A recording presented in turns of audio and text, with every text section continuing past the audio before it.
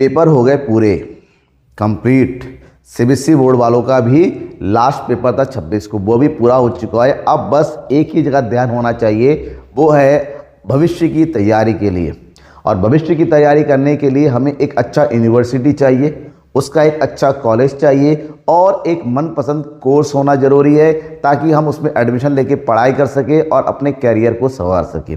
और इसी सब को आसान बनाने के लिए एनटीए यानी कि केंद्र सरकार की तरफ से कराया जाता है एक पेपर जिसको बोलते हैं CUET यूजी, ताकि आप इस पेपर को करने के बाद अच्छे से अच्छा स्कोर करके अपना मनपसंद और अच्छे से अच्छा सरकारी यूनिवर्सिटी को ले सके, कम फीस में अच्छी पढ़ाई कर सके।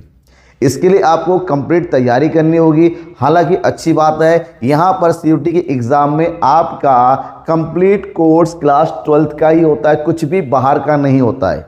और जो कुछ भी था पिछले साल तक बाहर का, कि क्लास 11th का भी पढ़ना पड़ता था, जो नहीं पढ़ा वो भी पढ़ना पड़ता था। इस साल जो है सब कुछ सही कर दिया गया है, एक परफेक्ट सिलेबस तैयार किया गया आप लोगों को देखते हुए।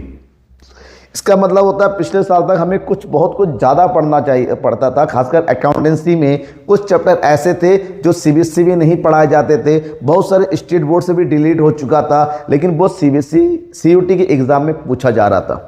बड़ी परेशानी होती थी बच्चों को। लेकिन 2025 के CUET के एग्ज़ाम की सबसे बड़ी खासियत है कि जो चीज़ आप क्लास 12th में पढ़ चुके हैं केवल उन्हीं को तैयार करना होगा। बस इतना फ़र्क है, ये तैयारी थोड़ी एडवांस लेवल की होनी चाहिए, ताकि आप 1.5 महीने में CUET के लिए पूरी तरीके से तैयार हो। क्योंकि आपका एग्ज़ाम ऑफलाइन नहीं होगा, आपका एग्ज़ाम ऑनलाइन होगा, कंप्यूटर बेस्ड होगा। तो ऐसे में टाइम मैनेजमेंट बहुत ज़रूरी है, और टाइम मैनेजमेंट होता है अच्छी तैयारी से।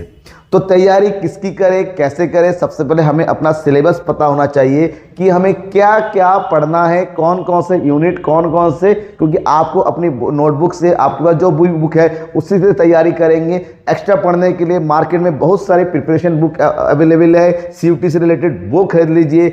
अब तैयारी और बाकी तैयारी तो मैं करवाऊंगा ही करवाऊंगा। ठीक है, चलिए शुरुआत करते हैं कि इस साल हमें क्या क्या पढ़ना है according to the new syllabus of 2025। Accountancy book keeping paper code है 301। ध्यान में रखिएगा, पहले 50 में 40 क्वेश्चन अटेम्प्ट करने पड़ते थे, लेकिन इस साल से 50 में पूरे 50 क्वेश्चन अटेम्प्ट करने हैं आपको, और आपको 1 घंटा मिलेगा। हर एक क्वेश्चन जो है 5 नंबर का होगा, एक भी गलत हुआ तो आपको 1 नंबर काट दिए जाएंगे, यानी कि माइनस मार्किंग है। माइनस मार्किंग होने का मतलब होता है आपको केवल उन्हीं क्वेश्चन को अटेम्प्ट करना है जो आपको 100% क्लियर है कि इसका आंसर मैंने सही किया है। अनक्लियर एंड डाउटफुल क्वेश्चंस को आपको अटेम्प्ट नहीं करना है, कि ऐसे में अगर आपका आंसर गलत होता है, पहले मेहनत करके जितने नंबर लिए हैं उसमें से आपका 1 नंबर कट जाएगा, एक आंसर गलत होने से। और जितने गलत करेंगे उसी हिसाब से आपके नंबर ऊपर में से कटते चले जाएंगे। मान लीजिए आपने 20 क्वेश्चन सही किया है, तो 20 क्वेश्चन के लिए आपको मिलेंगे 100 नंबर, लेकिन गलती से आपने 5 क्वेश्चन गलत कर दिया है तो 5 नंबर आपके कट जाएंगे, तो 100 की जगह आपको मिलेंगे 95 नंबर। तो 5 नंबर क्यों गलत करना, इसलिए उसको अटेम्प्ट ही मत करो, क्योंकि अटेम्प्ट ना करने के कोई नंबर नहीं कटते हैं। ध्यान रखिएगा, अटेम्प्ट ना करने के कोई नंबर नहीं कटते हैं। अगर आपको नहीं आता है उसको छोड़ दीजिए। 100% जो आपको लगता है कि इसको आता है मुझे, उसी को अटेम्प्ट करना है। अब बात करेंगे क्या क्या पढ़ना है। हमने CUET ने आपके सिलेबस को 3 पोर्शन में बांटा है। पहला पोर्शन है पार्टनरशिप फर्म का, दूसरा पोर्शन है company account and financial statement का, और तीसरा पोर्शन है कंप्यूटराइज्ड अकाउंटिंग का। पहले क्या था, कंप्यूटराइज्ड अकाउंटिंग को वो था, कंपलसरी था पिछले साल तक, लेकिन इस साल इसको ऑप्शनल दिया गया है। या तो आपको यूनिट नंबर 5 अटेम्प्ट करना है, या फिर computerised accounting. Computer accounting already जो 12th में पढ़ चुके वही अटेम्प्ट करेंगे, जिन्होंने नहीं पढ़ा है। मैक्सिमम स्टूडेंट कंप्यूटराइज्ड अकाउंटिंग को नहीं पढ़ते हैं, तो इस साल आपको इसको अटेम्प्ट करने की जरूरत नहीं है। आप केवल accounting for partnership, reconstitution of partnership, dissolution of partnership firm, accounting for share and debenture capital और एनालिसिस ऑफ फाइनेंशियल स्टेटमेंट को ही ध्यान में रखेंगे। इन्हीं 5 चैप्टर जो कि ऑलरेडी आप क्लास 12th में पढ़ चुके हैं, इन्हीं को ही थोड़ा सा और बढ़िया से एडवांस लेवल की तैयारी में लग जाएंगे। अब बात यह है कि हर एक यूनिट में क्या क्या पढ़ना है। सबसे पहले हम बात करते हैं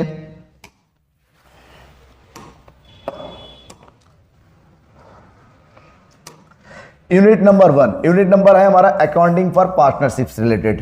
और अकाउंटिंग फॉर पार्टनरशिप यानी कि जिसको हम बेसिक कॉन्सेप्ट ऑफ पार्टनरशिप के नाम से जानते हैं, फंडामेंटल ऑफ पार्टनरशिप के नाम से जानते हैं।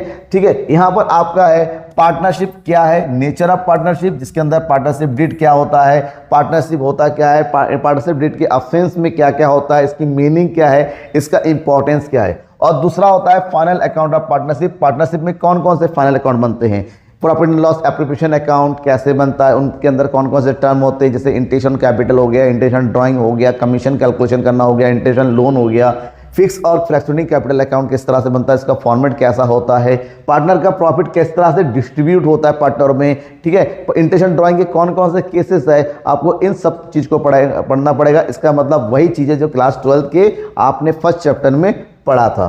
दूसरा यूनिट है reconstitution of partnership. Reconstitution partnership की जब बात करते हैं, इसके अंतर्गत आपको वो सारे चैप्टर मिलेंगे, सारे टॉपिक मिलेंगे, जैसे change in profit sharing ratio, जैसे goodwill, admission of partner, retirement and death of partner, ये सब कुछ इससे रिलेटेड कंप्लीट टॉपिक आपके इसमें आ जाता है। जैसे हम बात करेंगे change in profit sharing ratio में, अगर एग्जिस्टिंग पार्टनर ने प्रॉफिट शेयरिंग रेशियो चेंज किया तो क्या क्या होगा, आपको रिवोल्यूशन अकाउंट बनाना है।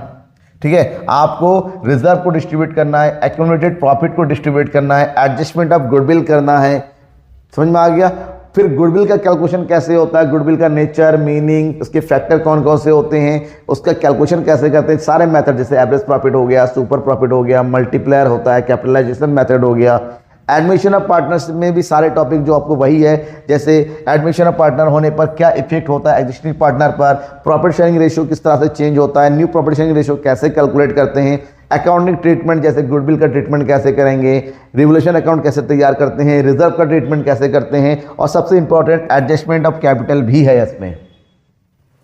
ठीक है, एडजस्टमेंट ऑफ कैपिटल भी है। हालांकि आपको सारे अकाउंट नहीं बनाने हैं, एमसीक्यूज टाइप में है, बट आपको कैलकुलेशन करना है, जैसे जनरल रिजर्व कितना होगा, किसके अकाउंट कितना जाएगा, रिवोल्यूशन अकाउंट में पार्टनर को कितना मिलेगा, तो वो रफ में रिवोल्यूशन अकाउंट बना के पूरा आंसर निकालना होगा, सब कुछ करना है। बस अब वो अकाउंट नहीं बनाना है, सब कुछ कैलकुलेशन करके आपको केवल ऑप्शन गिवन है आंसर लेके आना है। फिर आपका रिटायरमेंट भी कंप्लीट कॉन्सेप्ट है, डेथ ऑफ पार्टनर से भी सब कुछ है, प्रॉफिट शेयरिंग रेशियो कैसे चेंज होता है, गुडविल का ट्रीटमेंट हो गया, रिवोल्यूशन अकाउंट हो गया, एडजस्टमेंट ऑफ एक्यूमुलेटेड प्रॉफिट कैसे होता है। ठीक है, डिजीज पार्टनर का टोटल अमाउंट कैसे होगा, एग्जीक्यूटर का अमाउंट कैसे निकल के आएगा, रिटायर पार्टनर लोन अमाउंट कैसे आएगा, इन सब चीज़ों को आपको डिटेल से पढ़ना है, जो कि क्लास 12 में ऑलरेडी पढ़ के आए हैं। फिर हम बात करेंगे unit number 3, dissolution of partnership of. Dissolution partnership में डिसोल्यूशन क्या होता है, अकाउंट कैसे सेटल करते हैं, जिसमें रियलाइजेशन अकाउंट बनाना होता है। ठीक है, रियलाइजेशन अकाउंट बनाने के लिए किस तरह रोल किया जाता है, इसके अलावा उससे रिलेटेड अकाउंट, यानी कि जैसे पार्टनर्स का कैपिटल अकाउंट कैसे बनाना है, पार्टनर का लोन अकाउंट तैयार किया जाता है, और लास्ट में बैंक या कैश अकाउंट तैयार किया जाता है। ये सब कुछ आपको यहाँ पर पढ़ना है, इस सबसे रिलेटेड क्वेश्चन आपके एग्जाम में पूछे जाते हैं। नेक्स्ट है company account. Company account and financial statement, जो कि आप अपनी बुक के दिकेगल की बुक जिन्होंने पढ़ा है, सेकेंड एंड थर्ड बुक। जब हम कंपनी अकाउंट की बात करते हैं, unit number 4, accounting for share and debenture, यहाँ पर 2 पोर्शन है, एक शेयर का और एक डिवेंचर का। शेयर सबसे ज़्यादा है, इससे रिलेटेड क्वेश्चन सबसे ज़्यादा पूछे जाते हैं।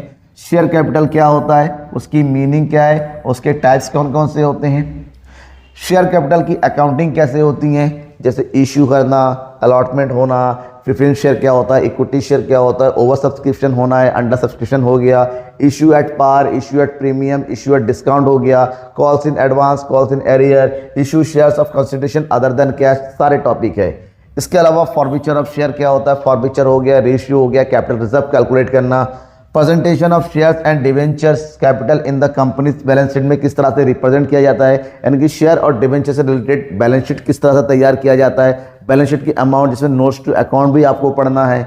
फिर हो गया इश्यू ऑफ डिवेंचर में टॉपिक कम कर दिया गया, पहले रिडक्शन ऑफ डिवेंचर भी था, लेकिन इस साल रिडक्शन ऑफ डिवेंचर को भी हटा दिया गया है। Issue of debenture at par, at premium, at discount, issue of debenture consideration other than cash, collateral security भी आपको पढ़ना है, interest on debenture, discount on issue of debenture को भी रिटर्न ऑफ कैसे करते हैं, ये सारे टॉपिक आपके इसमें हैं।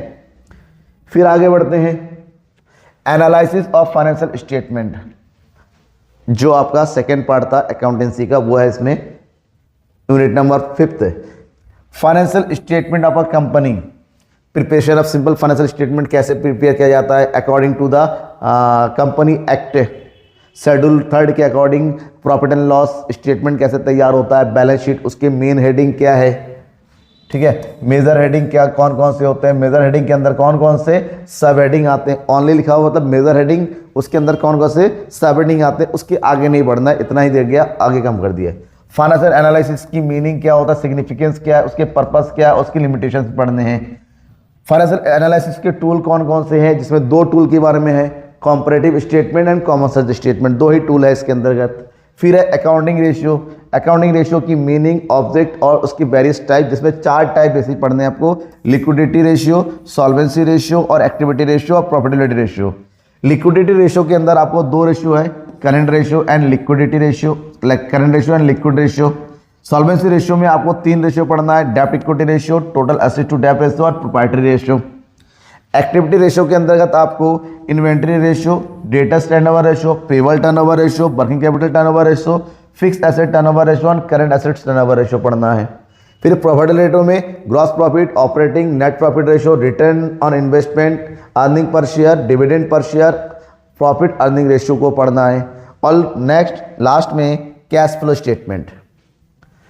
यूनिट नंबर 5, जिन्होंने फाइनेंशियल एनालिसिस को नहीं पढ़ा है, जिन्होंने आईटी ले रखा है, कंप्यूटर साइंस ले रखा है, उनके लिए ऑप्शन होता है कंप्यूटराइज अकाउंटिंग को अटेम्प्ट करने का, या तो यूनिट नंबर 5 या फिर ये वाला ऑप्शन में होगा, दोनों में से कोई एक आपको चूज करना होगा। और यहाँ पर कंप्यूटराइज अकाउंटिंग से जो कोर्स होता है उसमें आएगा ओवरव्यू कंप्यूटराइज अकाउंटिंग सिस्टम का क्या होता है, इसकी मीनिंग किस तरह से वर्क करता है, concept and types of computerised accounting system का कॉन्सेप्ट क्या है, इसके कौन कौन से टाइप्स हैं, features of computerised accounting system, इसके advantage and also there the limitations, structure of computerised accounting system, जिसमें चार्ट पर तैयार करना, कोडिफिकेशन कोड कैसे तैयार है, हायरार्ची ऑफ अकाउंट हेड्स कैसे तैयार किया जाता है, अकाउंट्स एप्लीकेशन इलेक्ट्रॉनिक स्प्रेड, ठीक है ना, AAES, इसको डिटेल से पढ़ना है आपको। Features of offered by the electronic spreadsheet कैसे तैयार की जाती है, इसके अंतर्गत कौन कौन से एप्लीकेशंस होते हैं, electronic spreadsheet in generating accounting information कैसे जनरेट किया जाता है, preparing depreciation schedule, loan repayment schedules, payroll accounting and their such companies की कौन कौन सी होता है, इस तरह से अकाउंट जो भी आपने पढ़ा होगा। और फिर ग्राफ एंड चार्ट कैसे जो है स्प्रेडशीट में तैयार किया जाता है। ये कंप्लीट कोर्स है जो आपके अपने COT के लिए पढ़ना है, ठीक है। अगर आपको यहाँ पर कहीं पर कुछ चीज़ डाउटफुल लगा है कि लगता है कि ये चीज़ हमारे में नहीं COT में है तो कैसे पढ़ेंगे, कोई भी आपको डाउटफुल लगा है तो बेझिझक और बेधड़क जो है आप क्या करिए, कमेंट बॉक्स में कमेंट करके बताइए। बाकी तैयार हो जाइए, आपको प्रिपरेशन मैं कराऊंगा, हर एक टॉपिक डिटेल से आपको बताया जाएगा। इस आपके जो 45 दिन है, इस 45 दिन में अकाउंटेंसी और इकोनॉमिक्स अच्छी तरह से आपको पढ़ाया जाएगा। बस बने रहने की जरूरत है आपको मेरे साथ, ताकि आप अपने एग्जाम को परफेक्ट कर सके। Thank you and bye.